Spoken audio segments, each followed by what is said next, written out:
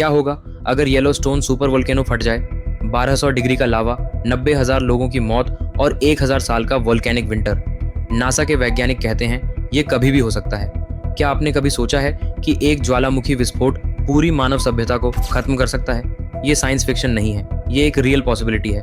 आज हम बात करेंगे धरती के सबसे खतरनाक सुपर वोल्केनो की, जो हमारी सिविलाइजेशन को रातों रात बदल सकता है। येलोस्टोन नेशनल पार्क अमेरिका का सबसे ब्यूटीफुल टूरिस्ट डेस्टिनेशन। लेकिन क्या आप जानते हैं कि इसके नीचे छिपा है दुनिया का सबसे बड़ा एक्टिव सुपर वोल्केनो?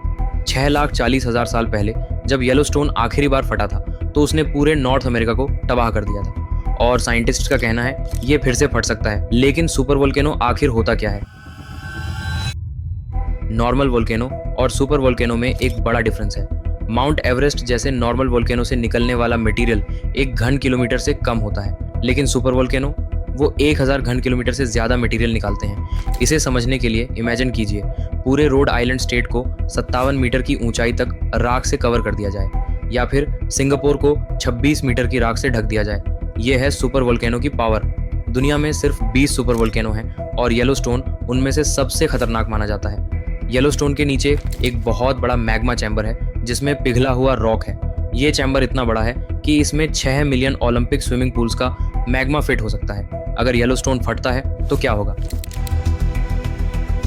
फेज 1 शुरुआती ब्लास्ट। सबसे पहले एक मासिव अर्थक्वेक आएगा जिससे ग्राउंड 10 से 20 मीटर तक ऊपर उठ जाएगा। फिर एक विशाल एक्सप्लोजन होगा जो 2 मिलियन एटॉमिक बॉम्ब्स के बराबर एनर्जी रिलीज करेगा। 1200 डिग्री सेल्सियस का मैग्मा 50 किलोमीटर ऊपर एटमॉस्फेयर में जाएगा। येलोस्टोन के 100 किलोमीटर के रेडियस में हर लिविंग थिंग इंस्टेंटली मर जाएगा। फेज 2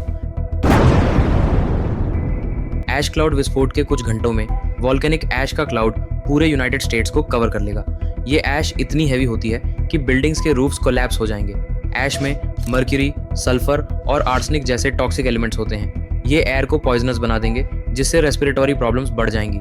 पावर ग्रिड्स फेल हो जाएंगे, वाटर सप्लाई कंटेमिनेट हो जाएगी और ट्रांसपोर्टेशन सिस्टम्स कोलैप्स हो जाएंगे। Phase 3 global impact. लेकिन असली हॉरर तो अभी शुरू होगा। वॉल्केनिक ऐश और सल्फर डाइऑक्साइड एटमॉस्फेयर में जाकर सनलाइट को ब्लॉक कर देंगे। ग्लोबल टेम्परेचर्स 3 से 5 डिग्री सेल्सियस तक गिर जाएंगी। ये वॉल्केनिक विंटर कहलाता है जो 5 से 10 साल तक रह सकता है। क्रॉप्स फेल हो जाएंगी, ग्लोबल फूड शॉर्टेज होगी और बिलियंस लोग स्टार्वेशन का सामना करेंगे। क्या आप जानते हैं 74,000 साल पहले इंडोनेशिया में टोबा सुपर वोल्केनो फटा था। साइंटिस्ट का मानना है कि इसने ह्यूमन पॉपुलेशन को सिर्फ 10,000 तक रिड्यूस कर दिया था। हमारी स्पीशीज एक्सटिंक्शन के करीब पहुंच गई थी। लेकिन क्या येलोस्टोन वाकई फटेगा?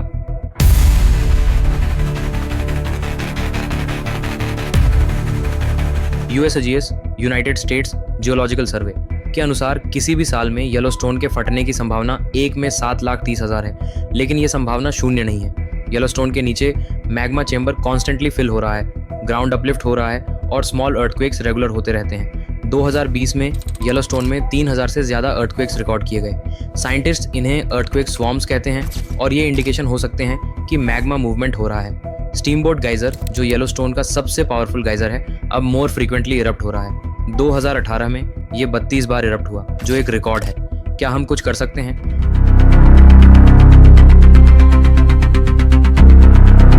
नासा के साइंटिस्ट्स ने एक रेडिकल प्लान सजेस्ट किया है।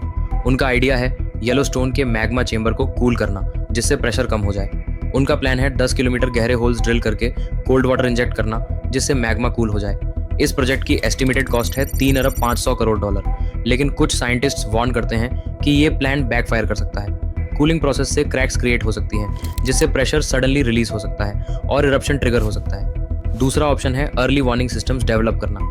यूएसजीएस ने येलोस्टोन में 100 से ज़्यादा सेंसर लगाए हैं जो ज़मीन की गति, तापमान के परिवर्तन और गैस उत्सर्जन मॉनिटर करते हैं। अगर कोई सिग्निफिकेंट चेंज डिटेक्ट होता है तो हमारे पास इवैक्यूएशन के लिए कुछ वीक्स का टाइम हो सकता है। लेकिन क्या मिलियंस लोगों को इवैक्यूएट करना पॉसिबल है?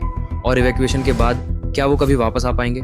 सच्चाई ये है कि अगर येलोस्टोन फटता है तो हम प्रिपेयर्ड नहीं हैं। ये एक ऐसी नेचुरल डिजास्टर होगी जिसका स्केल हमारी कल्पना से परे है। लेकिन गुड न्यूज़ ये है कि येलोस्टोन के फटने की प्रोबेबिलिटी बहुत कम है। हमें एस्ट्रॉयड इम्पैक्ट या क्लाइमेट चेंज जैसे मोर इमीडिएट थ्रेट्स पर फोकस करना चाहिए। फिर भी येलोस्टोन हमें याद दिलाता है कि हम कितने वल्नरेबल हैं। हमारी एडवांस टेक्नोलॉजी और मॉडर्न सिविलाइजेशन के बावजूद नेचर की पावर के सामने हम अभी भी हेल्पलेस हैं। क्या आपको लगता है कि हमें येलोस्टोन जैसे सुपर वोल्केनो से बचने के लिए ज़्यादा रिसोर्सेज इन्वेस्ट करने चाहिए, या फिर ये सिर्फ एक दूरस्थ संभावना है जिसे अनदेखा किया जा सकता है? कमेंट सेक्शन में अपनी राय ज़रूर बताएं। और अगर आपको ये वीडियो इन्फॉर्मेटिव लगा तो लाइक और शेयर करना ना भूलें। ऐसे ही फैसिनेटिंग और माइंड ब्लोइंग टॉपिक्स पर वीडियोस देखने के लिए चैनल को सब्सक्राइब करें और बेल आइकॉन को प्रेस करें।